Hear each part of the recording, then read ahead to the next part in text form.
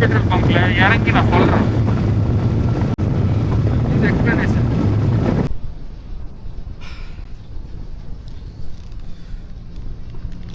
Hi, எல்லாருக்கும் வணக்கம். வரும்போது நியர் செட்டிநாடு ஹாஸ்பிட்டல் படூர் ஒரு ஆக்சிடெண்ட்டு. அதில் பார்த்தீங்கன்னா யங் கப்புள்னு சொல்ல முடியாது, ஃப்ரெண்டான்னு தெரில, ஒரு பையன் வந்து இறந்து கிடந்தான்.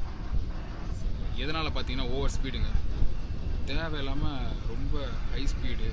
ஹை ஸ்பீட்னால தான் இப்போ ஒரு விபத்து நடந்திருக்கு. ஸோ லாஸ்ட் டைம் தான் நான் சொன்னேன், ஓவர் ஸ்பீடு தேவையில்லை, போகாதீங்க, நிதானமாக போங்க. அந்த இன்சிடென்ட் கூட இன்னும் ஒரு வாரம் கூட ஆகலைங்க, கரெக்டாக. ஆமாம், ஒரு வாரம் ஆயிடுச்சு கரெக்டாக அந்த இன்சிடென்ட் நடந்து. அப்போயும் நான் அதில் சொல்லியிருக்கேன், ஸ்பீடு தேவையில்லை, பொறுமையாக போங்க. இத்தனைக்கும் அதில் நான் கூட வந்து சொல்லியிருக்கேன், இவ்வளோ இதில் போங்க அப்படின்னு. இப்போலாம் அந்த இன்சிடென்ட் ஆகிட்ட பிறகு நானே பொறுமையாக போயிட்டுருக்கேன். ஆனாலும் இப்போ யாரும் அதை பற்றி கவலையே இல்லை. மேபி அந்த இன்சிடென்ட் பார்த்துருப்பாங்கன்னு தெரியல. ஆனால் இப்போ ஒரு பெரிய ஒரு சம்பவம் ஆகிருக்கு. இப்போது அந்த படூர் சைடில் பையன் பார்த்தீங்கன்னா TN 58 வண்டி ரிஜிஸ்ட்ரேஷன் ஹிமாலயன். பின்னாடி ஒரு பொண்ணு உட்காந்துருக்கு. பையன் மட்டும்தான் அந்த ரோட்டில் இருந்தான். கவர் போட்டு மூடி வச்சுருந்தாங்க. ஸோ ஐப்ரோஸ் இங்கே ஃபுல்லாகவே அடி, இங்கே தாடை ஃபுல்லாகவே பல்லில் உடஞ்சிருக்கு.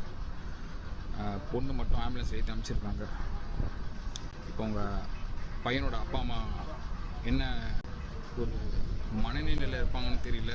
ஏன்னா இப்போ அவங்க நேரத்துக்கு தூங்கிட்டு இருந்திருப்பாங்க. பையன் இந்தமாதிரி ஒரு இன்சிடெண்ட் ஆகிருக்குன்னு அவங்களுக்கு தெரிஞ்சிருக்காது. மேபி சொல்லியிருப்பாங்க. ஆனால் இந்த மாதிரி ஒரு இன்சிடெண்ட் பார்த்திங்கன்னா ஓவர் ஸ்பீட்னால நடந்ததுனால எனக்கே மனசு கஷ்டமாக இருக்குது. எனக்கே அதுலேருந்து எப்படி வர்றதுன்னு தெரியல.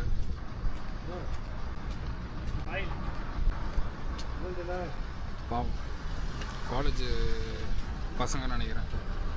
ஒரு பொண்ணு உங்கள் கூட வந்து பைக்கில் வருதுன்னா அதை நம்ம சேஃபாக கூட்டிகிட்டு போய் விடணும் வீட்டில். ஓவர் ஸ்பீடு, அந்த ஓவர் ஸ்பீட்னால் வண்டி கண்ட்ரோல் இல்லாமல் கீழே விழுந்து அடி. இதனால் எவ்வளோ பேர் பாதிப்பு எல்லாருக்குமே. அவங்க பேரண்ட்ஸ் வந்து நினச்சிருப்பாங்க தெரியல, பல கனவுகளோடு இருந்திருப்பாங்க. பையன் வந்து காலேஜ் படிச்சுட்டு இருக்கான் அப்படின்னு நிறைய ஆம்பிஷன்ஸ் இருக்கும், நிறைய அவனோட கோல்ஸ் இருக்கும், இது மாதிரி ஆகணும்னு. ஆனால் இது எல்லாமே வந்து அந்த பையன் ஒரு செகண்டில் மொத்தமாக முடிச்சிட்டான். எதனால்னா இந்த ஸ்பீடுனால. ஸ்பீடு போய் ஒன்றும் பண்ண போகிறது இல்லைங்க. ஒரு 5 நிமிஷம் லேட்டாக போகும், நிதானமாக கிளம்புனா கூட பரவாயில்ல, பொறுமையாக கிளம்பியிருக்கலாம். ஸ்பீடு ஓவர் ஸ்பீடுன்னு சொல்கிறாங்க. அது எவ்வளோ ஸ்பீடில் போனால் நம்மளுக்கு தெரியல. பாவம் அந்த பையன். அந்த பொண்ணு இப்போது எந்த நிலைமையில் இருக்குன்னு தெரியல. கண்டிப்பாக வாழ்நாள் ஃபுல்லாக அந்த பொண்ணு ட்ராமாவில் தான் இருக்கும். இந்த மாதிரி ஒரு அசம்பாவிதம் நடந்ததுனால கண்டிப்பாக அந்த பொண்ணு ஏற்றுக்க முடியாது. எல்லாருக்கும் என்ன சொல்லியிருக்கேன்னா, தயவு செஞ்சு பொறுமையாக போங்க. ஸ்பீடு இந்த ரோட்டுக்கு தேவையே இல்லை. அதுவும் அந்த ஓஎம்ஆர் ரோட்டுக்கு தேவையே இல்லை ஸ்பீடு. நைட் டைமில் பொறுமையாக போங்க. ஒரு 60 போங்க, பொறுமையாக போங்க. ஒன்றும் இல்லை, என்ன பண்ண போகிறோம், போயிட்டு வீட்டுக்கு தானே போக போகிறீங்க. இப்போ பேர் அவங்க வீட்டில் பையன் வந்து தூங்கின்னு இருந்திருப்பான். காலைல எழுந்துச்சி அவங்க அம்மா கால் பண்ணி என்னாச்சும் கேட்டிருப்பாங்க, தம்பி சாப்பிட்டியா இல்லையான்னு. இப்போ அந்த வார்த்தை அவன் மொபைலில் வராது. கொஞ்சம் யோசிச்சுக்கணுங்க.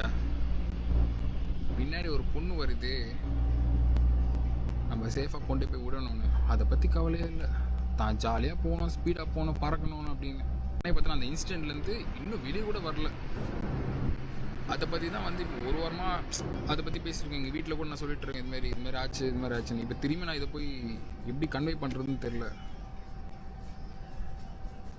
நானே பார்த்தீங்கன்னா இப்போலாம் வந்து ஆஃபீஸ்க்கு வந்து பார்த்தீங்கன்னா ரொம்ப பொறுமையாக போயிட்டுருக்கேன். Because of last week incident. So அதே இன்சிடெண்ட்டு திரும்பி ரிப்பீட் ஆகக்கூடாது. எல்லாருமே பார்த்து பத்திரமா வீட்டுக்கு போகணும் அப்படின்னு பார்த்தா யாரும் கேட்க மாட்டுறாங்க. போன வாரம் மட்டும் பஸ் ஆக்சிடெண்ட்டு, இப்போ பார்த்தீங்கன்னா திரும்பி ஒரு ஆக்சிடெண்ட்டு. ஸோ எல்லாருக்கும் கேட்டுக்கிறேன்னா, ஸ்பீடாக போகாதீங்க. நம்மக்கிட்ட நிறைய கோல்ஸுங்க நிறைய இருக்குது அச்சீவ் பண்ணுறதுக்கு. அது எல்லாமே நீங்களே வந்து கெடுத்துக்காதீங்க. ஓகே, இது ஒரு பதிவு. இதுக்கப்புறம் இது மாதிரி பண்ணாதீங்க. பொறுமையாக போங்க.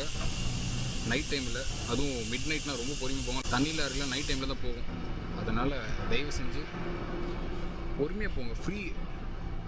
ஃப்ரீயாக ரோடு இருக்குதுன்னா அதுக்குன்னு நம்ம ஸ்பீடெல்லாம் போகக்கூடாது. பொறுமையாக போங்க. ஒரு 60, 70 அது மாதிரி ஸ்பீடாக ரோடு ஃப்ரீயாகுன்னு சொல்லி போய் 100ல் போகிறது, பின்னாடி பொண்ணு வச்சு பின்னாடி ஓட்டிகிட்டு போகிறது.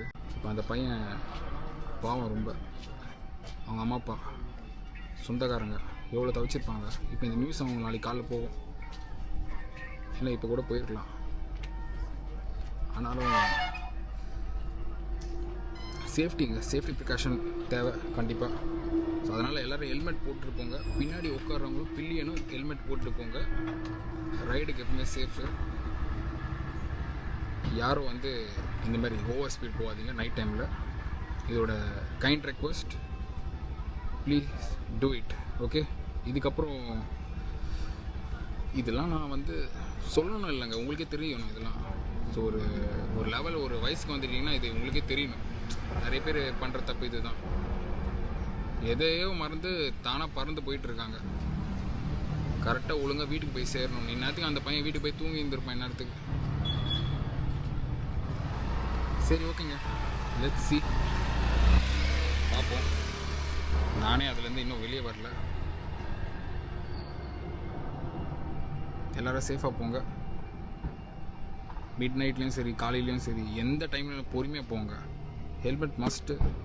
பொறுமையாக போனாலே வீட்டுக்கு போகலாம். உங்களோட நிறைய கனவுகள் நிறைய இருக்குது. அந்த கனவுகள் நீங்களும் உடைக்காதீங்க. கேட்பீங்கன்னு நினைக்கிறேன். பார்ப்போம்.